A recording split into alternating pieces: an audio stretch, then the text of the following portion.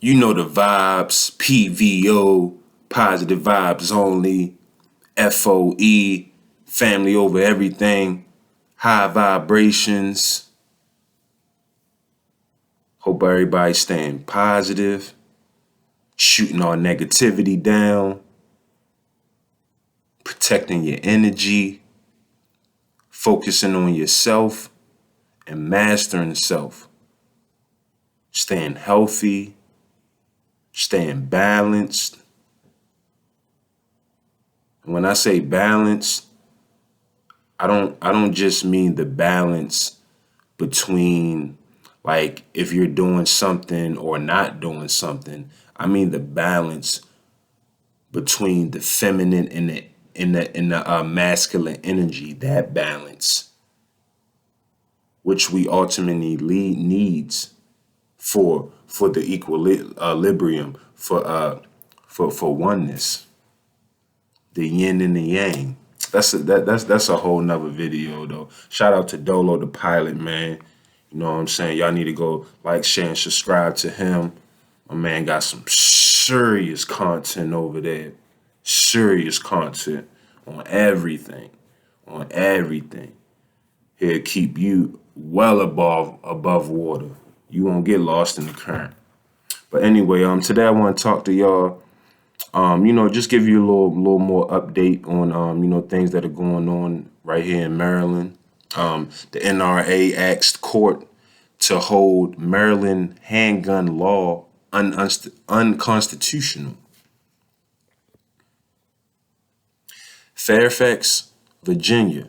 The plaintiffs in in an NRA-backed lawsuit today asked a federal court to declare Maryland's handgun qualification license law unconstitutional.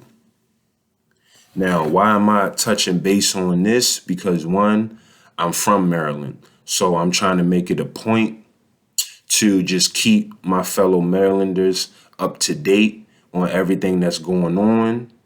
Not only that, I'm very interested and I'm all for our Second Amendment and the right to bear arms. And it's well known. And if you don't know, Maryland has one of the strictest, toughest fucking gun laws and gun stipulations, firearm stipulations, probably in the United States. This shit is ridiculous how much shit you gotta go through just to purchase a fucking handgun.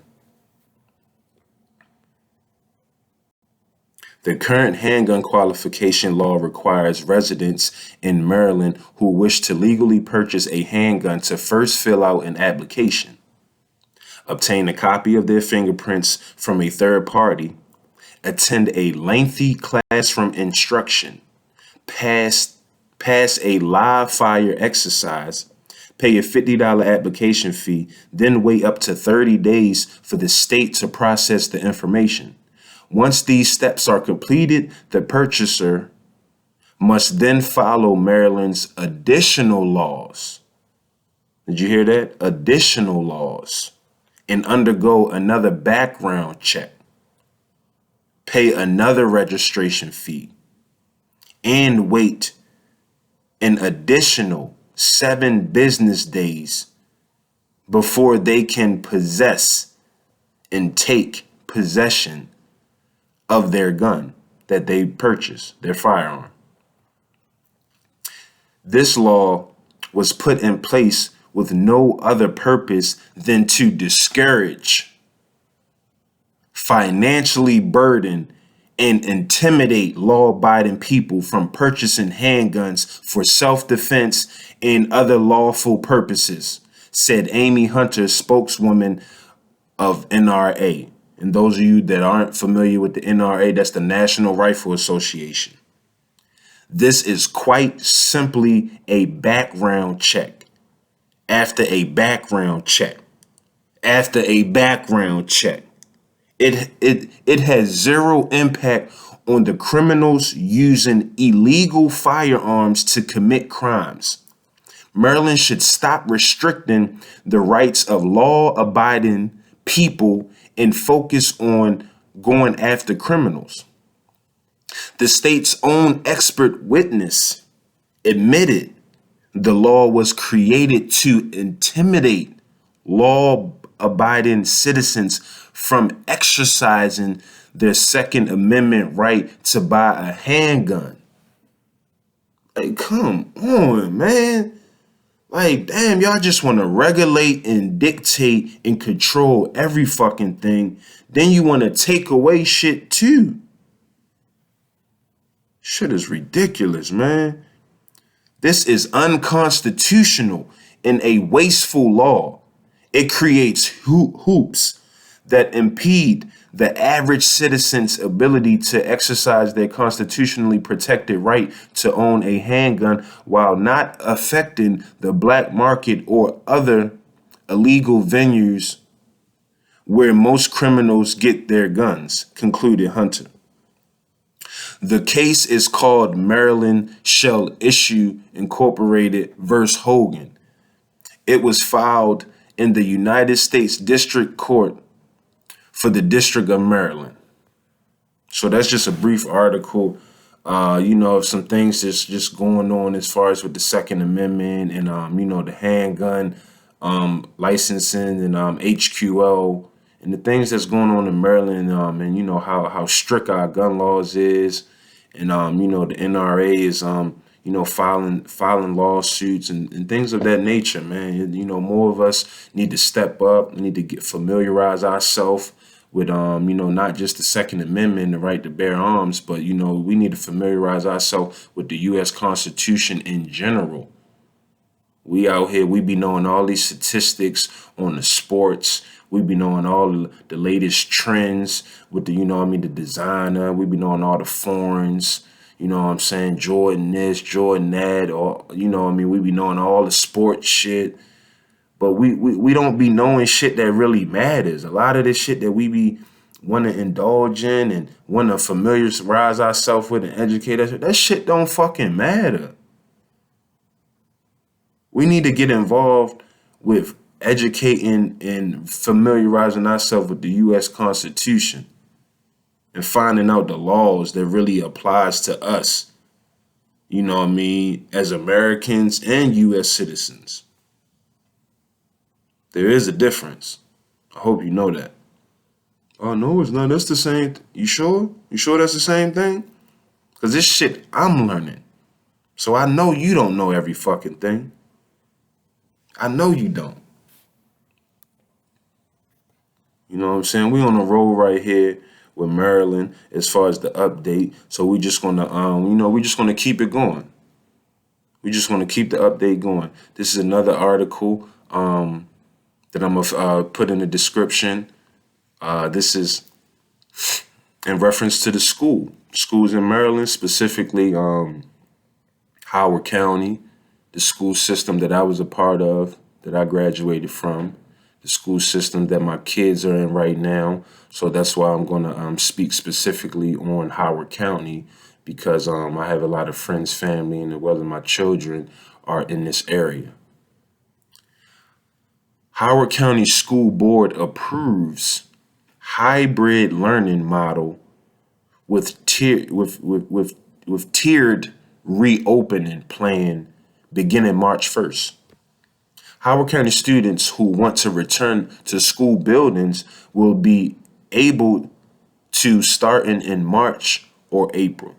Now, before we go any further with this article, I am against public education. I am against the school curriculum and things that they teach, because it's a lot of lies, a lot of false, a lot of disinformation that they've been teaching us over the years that's just a waste of time and inaccurate. Now, with that being said, I'm also aware and conscious enough to see that psychologically what it's doing to our children as far as them not being in school and them being and them doing school virtually. Psychologically is messing with our children. I feel like they're being robbed of their social interaction with others. Like when we was growing up, we went to school. That's, that school was real important. Not only was that some people's meal, for the day, because there might have been some struggles at home, but that's where people would meet others at. You would meet friends and you would interact. So it's like they're taking that whole, some of that human experience away from our children by the children not being in classroom learning type of atmosphere where they can get the hands-on learning, but not only just the learning, because we know that shit is watered down, but more so the interaction with others. The Howard County Board of Education anonymously approved a hybrid learning model Tuesday night that will begin rolling out March 1st, with all students who want to be in school buildings returning by April 12th. I'm sorry.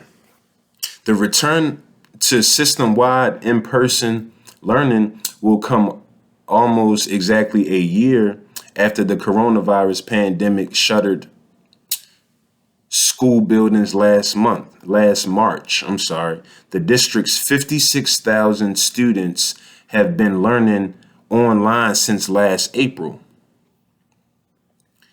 Is this hybrid model a perfect solution? No, but we must do everything possible to ensure our students we must do everything possible to ensure our students begin receiving the in-person supports and services they have gone without for far too long. Howard County School Superintendent Michael Matriano said, "This is so critical for the betterment of our children. They are waiting for us."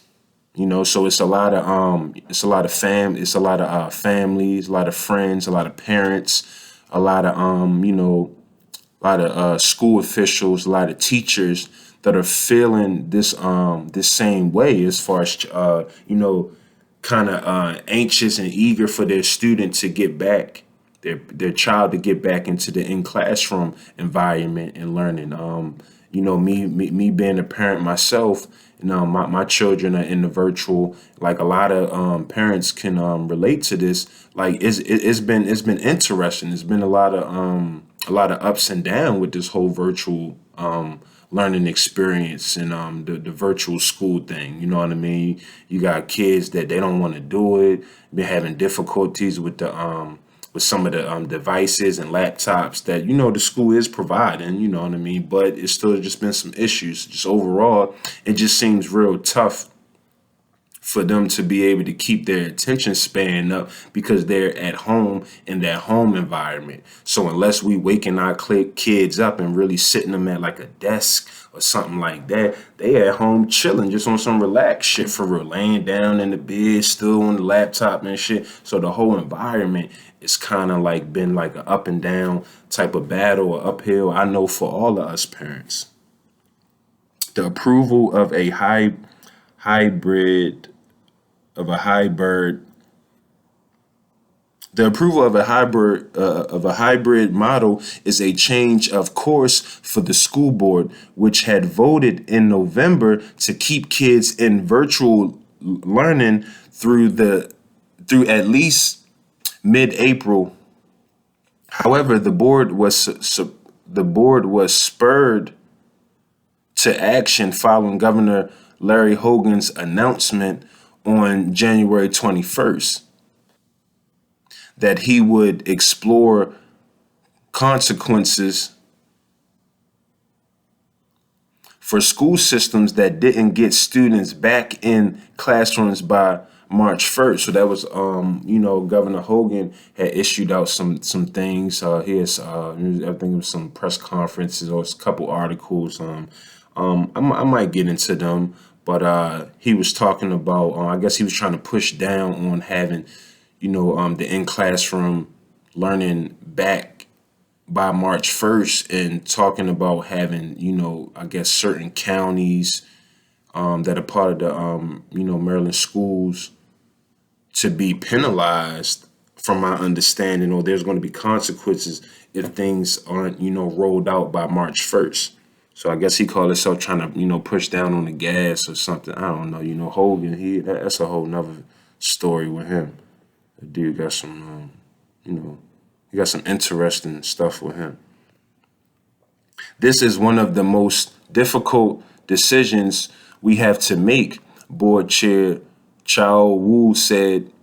We need to meet state requirements, prioritize the safety for our students, staff, and community, and provide the much needed in school instructions. The plan is flexible and may have other changes over time. We have to adapt to many we have to adapt to many unknowns and uncertainties as a community, and we will get through this pandemic together. The plan will not require any student who does not want to learn in person to return to the building. Every student will be offered a 100% virtual option, which would be an extension of the learning they've received since September. So a part of this plan that they're trying to roll out as far as the hybrid model learning and getting kids, students back into school, although they're pushing for the back to the in classroom learning, they're still not like making it mandatory that kids have to come, because they're still understanding the safety and the precautions of this pandemic. So they're making it optional for students. You can come back, or you can continue. You have the option to do 100% virtual schooling. The hybrid model utilizes A group, B group plan, in which students are split up into two different groups. One group will learn in person on Mondays and Tuesdays, while the others will be in school buildings on Thursdays and Fridays. When Group A is in classrooms, Group B will be learning virtually and vice versa. Educators will be teaching both their in-person and virtual students concurrently, a tactic that has concerned some board members and dismayed the president of the county's teachers union. Yeah, that sounds that sounds a little complicated actually. Wednesdays will remain for non-live instruction and homework for all students, and planning and training for teachers. Students and teachers will be required to wear masks when in school buildings, and fewer students being in school buildings on a given day can allow for social distancing, mitigation. Students and staff will be provided with 3-ply masks. So it sounds like it's going to be different. There's no other way to put it. So even though they're pushing for the in classroom learning to go back, it's still going to be different. It's still going to be stipulations. You're not going to have full capacity, because you're still going to have the parents that are cautious and, ignorant of the coronavirus, whether, whether you're fearful of it or whether you're not, whether you think it's real or not. It has definitely affected us since last March. And as far as with school, now they're talking about teachers and students, practicing social distance, even when they do get this hybrid learning back. For students that have the option to come back, it's still when you're still going to have to wear masks. You're still going to have to practice social distancing. It's still not going to be full capacity. So as far as how we once knew school, that shit still is like a long shot from right now. Like as far as like normal, what we thought normal was, just wake up, get our kids dressed, they just go to school packed, you in line shoulder to shoulder. Like they're not doing none of that shit no more. I know this may be concerning for our staff, and I want to assure the board, our staff, students in our community, that students will remain our top priority as we welcome students and staff back into our buildings, Materiano said. We are prepared with the proper precautions and supplies. Students and staff will adhere to strict guidelines for personal protective equipment, PPE, and social distancing. We must do everything possible to get our students back in school this year, and will then follow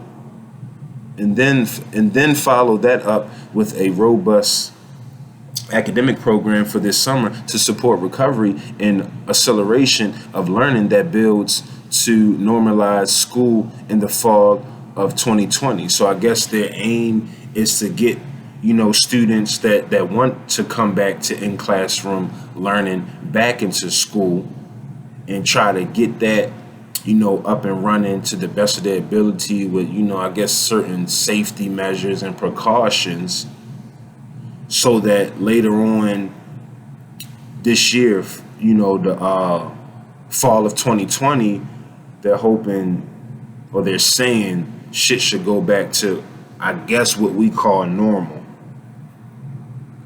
The model splits students who opt in to the plan into 4 different groups to be phased in from March 1st through April 12th.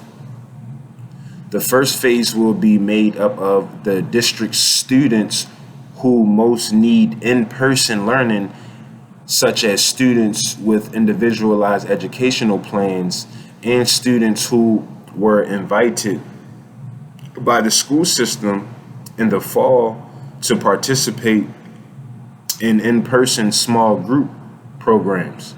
These students and the staff to assist them will return March 1st and will be in the school buildings 5 days a week. The second phase, beginning March 15th, includes students in pre-kindergarten, kindergarten, and first and second. The third phase, set to start March 29th, includes grades 3 through 6, 9, and 12, as well as students who participate in the county's applications of research laboratory. The final phase is for students in grades 7, 8, 10, and 11. They can return to the building in a hybrid plan on April 12th. The motion to approve the tiered return, which is slightly different from which the school system proposed to the board, ended in a 6-2 vote with members Yun Liu and Christina Delmont Small, both of whom wanted students to return to classrooms quicker, voting against. Both Liu and Delmont Small voted for the hybrid model later Tuesday night, while member Jolene Mosley and student member Zach Kong abstained on the hybrid vote. This is not going to be perfect, and we can't expect it to be perfect. We're in an imperfect time, Delmont said. The plan that we have is going to be better for the working families, but it's not going to be perfect for the working families.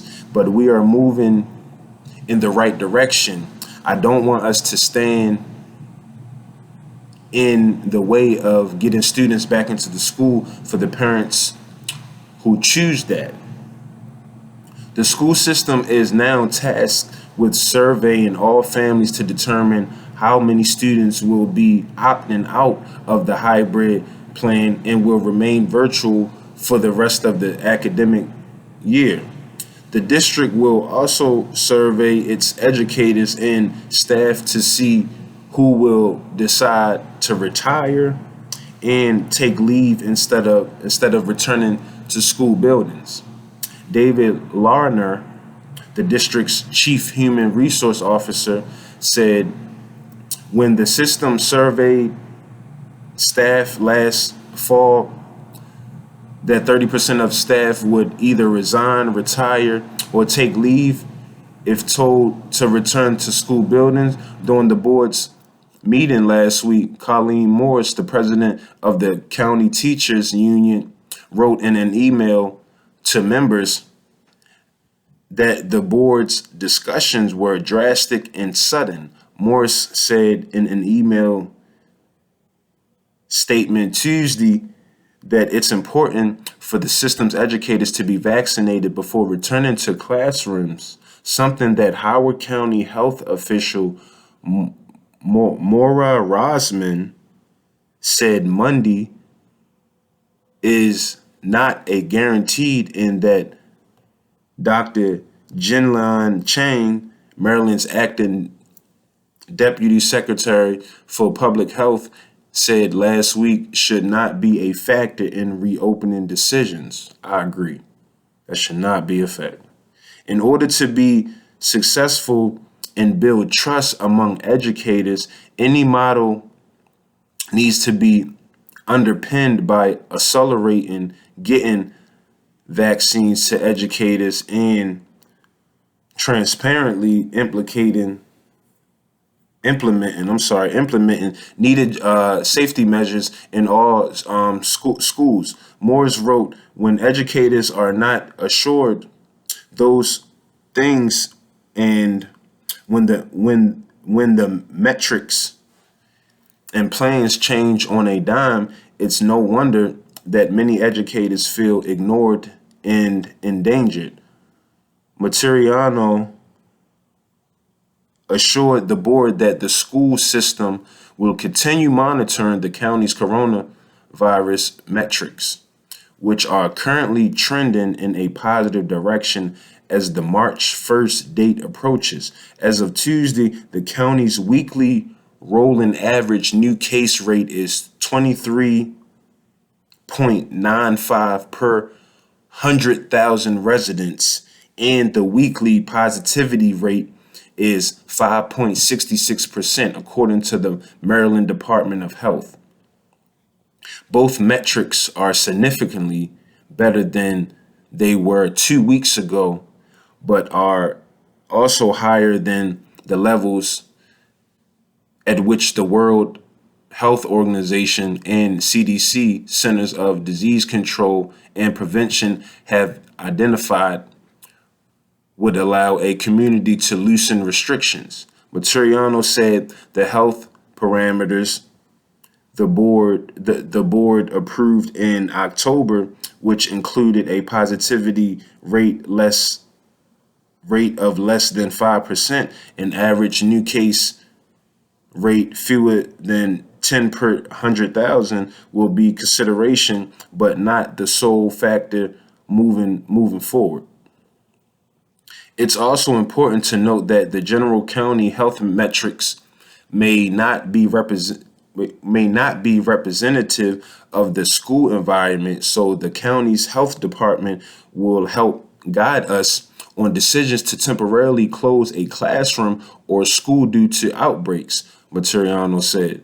While the hybrid model won't begin until March 1st, Materiano said he is still expecting fall sports to start on February 13th, pending the metrics allowing a return. So as of right now, a lot of the fall sports has been pushed back. They keep, pushing things back with, the whole pandemic. So as of right now, the superintendent of Howard County is saying February 13th is supposed to be the start of fall sports. Finding a way to get students back in classrooms did not come easy for the divided board that has frequently tied on important votes in recent months. The board originally voted in July to keep students in virtually learning through January. In September, the school system began in-person small group programs to provide support to the district's students who most needed it. The programs such as those for students who are also parents for or for students who especially struggled with virtual learning were implemented at 26 schools. In November, though the coronavirus numbers in the county, state, and country spiked and the programs were suspended, later that month, the board tied on multiple motions to give Materiano more time to develop a hybrid model, which would lead to a motion that passed five votes to push a back to school return to April 15th, the first day of fourth quarter. One of the issues multiple members had with the hybrid model in November was concurrent teaching, the same pedagogical man, I'm fucking that word all up. My bad, family. Method was approved Tuesday. Educators also have serious concerns, Morris wrote Tuesday, about how teaching online and in person will be feasible, how it will increase their already heavier than usual workloads, and how it will impact their ability to focus on and individualize attention to all of the students in their classrooms, whether they're in a person or virtual. Following the tie votes, some in the community were happy, and some in the community were unhappy with the broad's makeup, in which the student member increases the number of votes to an even 8. Two parents filed a lawsuit to strip the student member, now Kong, a Howard High senior, of his voting rights. Materiano issued a scathering rebuke of online bullying of COG. Matter of fact, I remember that article too. I might have to do a video on that for y'all if y'all not familiar with that. A Maryland delegate who represents parts of Howard County also has filed legislation to lessen the student members' voting power. So I'm gonna leave the link in the description. It's a Baltimore Sun link as far as what's going on with the hybrid learning that they pushing back, what they're pushing for March 1st. Other than that, I just want y'all to continue to stay focused out there, stay aware, love all. You know what I'm saying? If you see somebody that might need a helping hand, you know what I mean? Don't have that envy or that nastiness, and we all need help. We all in this together. I definitely feel like the students should be back into their classrooms, like I was explaining to you earlier in the video, because I feel like they're getting robbed of that social interaction. But I understand the fake precautions that they got to take with this whole phony virus. But other than that, I'm signing out. Hope y'all stay focused, stay blessed. Love y'all.